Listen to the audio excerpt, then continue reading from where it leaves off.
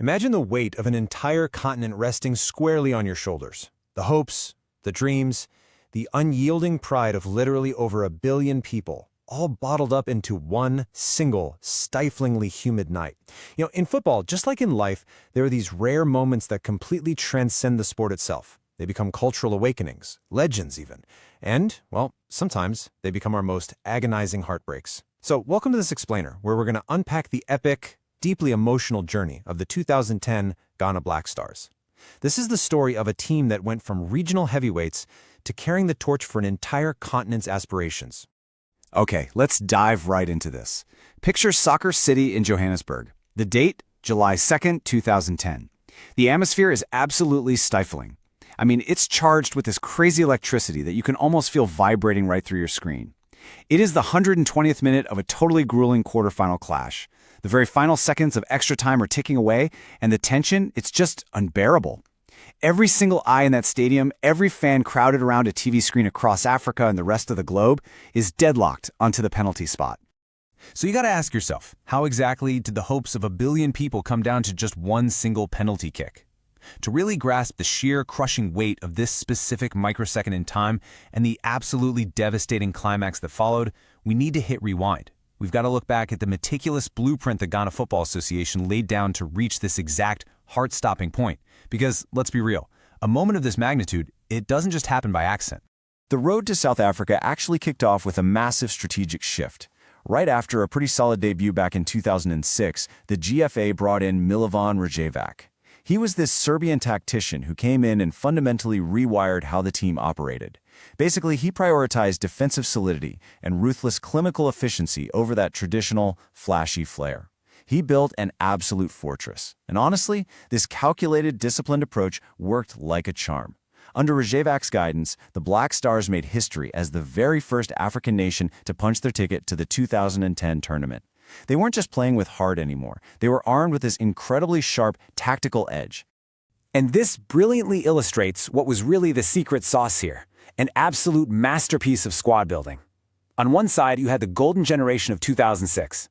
These guys were anchored by the tough-as-nails veteran leadership of Stephen Appiah and goalkeeper Richard Kingson. Then on the flip side, you had the Magic Boys of 2009. This was a fearless, super-energized infusion of youth who had literally just made history as the first African team to win the U20 World Cup.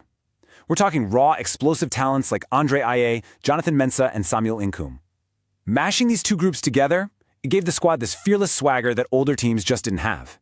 In fact, their collective belief was so rock-solid that even when they lost their talismanic midfielder Michael Hassan to a late injury, there was no panic. It couldn't derail their destiny. Now, their phenomenal ascent kicked off by somehow surviving the dreaded group of death. They navigated past Serbia, Australia, and Germany with just incredible tactical grit. Then came June 26th, the round of 16 against the United States. Man, what an instant classic. It was this brutal test of endurance that ended 1-1 in regular time. But then, in the 93rd minute, Asamoah Gyan produces just pure, unadulterated African magic. He controls a long ball right on his chest, physically fights off two defenders, and just lashes a volley straight into the roof of the net. Boom! That 2-1 victory didn't just move them forward, it literally cemented them as only the third African team in history to ever reach the quarterfinals. At that point, the vuvuzelas of South Africa began to blare exclusively for Ghana. See, as the other 5 African representatives fell one by one during the tournament, the Black Stars just soaked up all of that regional support. They were no longer just playing for Ghana, they were playing for the entire continent. And that perfectly sets the stage for July 2nd, Ghana versus Uruguay, a match that frankly transcended sport entirely. It was an incredibly grueling tactical chess match. Sully Muntai put Ghana ahead with this spectacular long-range thunderbolt of a shot, only for Diego Forlan to strike right back and tie it up. The match was completely, stubbornly deadlocked through regular time and deep into extra time. Which brings us right back to the 120th minute. Let's break down these agonizing micro-moments step by step. Step 1. A frantic, desperate scramble inside the Uruguayan penalty box. It's pure chaos. Step 2. Dominic Adia gets his head on the ball, directing it perfectly toward a wide-open net. The game is won, right?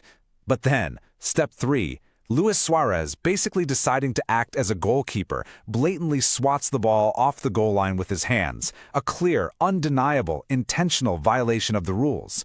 Step 4. Suarez gets a red card, and Ghana is awarded a penalty. The semifinals are sitting exactly 12 yards away. Asami Agyan, the absolute hero of the tournament so far, steps up to the spot. The entire world holds its breath. He steps up. He strikes the ball. The crossbar. The ball literally smashes into the metal and just soars into the dark Johannesburg night. Just like that, in a fraction of a second, what was about to be the greatest triumph in the history of African football completely dissolves. Gone. The immediate aftermath was just a devastating study in contrasts. Down in the tunnel, Luis Suarez is caught on camera wildly celebrating the missed kick. Back out on the pitch, Asamoah Gyan is holding his head in his hands in pure, unconcealed despair. You could see his heart breaking in real time. The momentum was completely shattered at that point, and Ghana inevitably went on to lose the ensuing penalty shootout 4-2.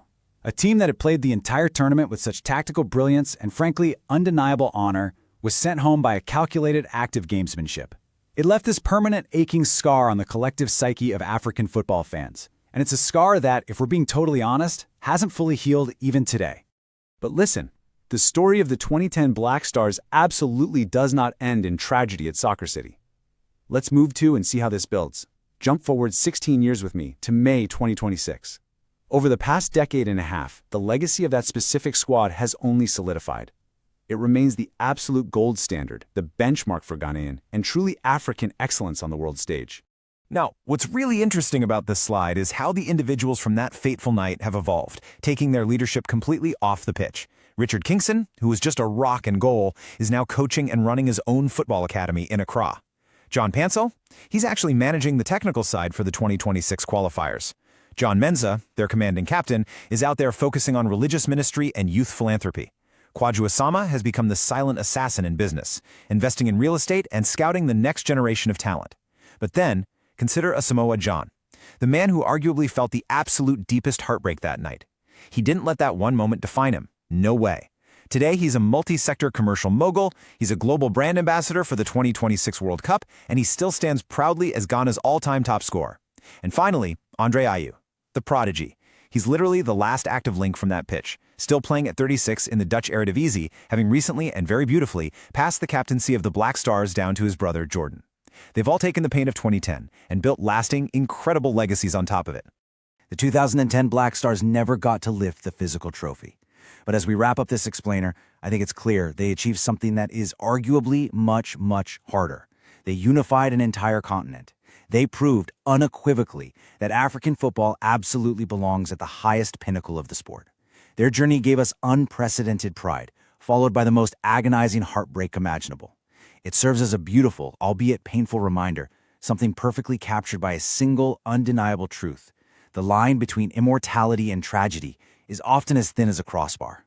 Which leaves us with one incredibly compelling thought to ponder today. As this new generation of Black Stars steps onto the pitch for the 2026 World Cup, will they be the ones to finally cross that thin line and finish the epic story their heroes started?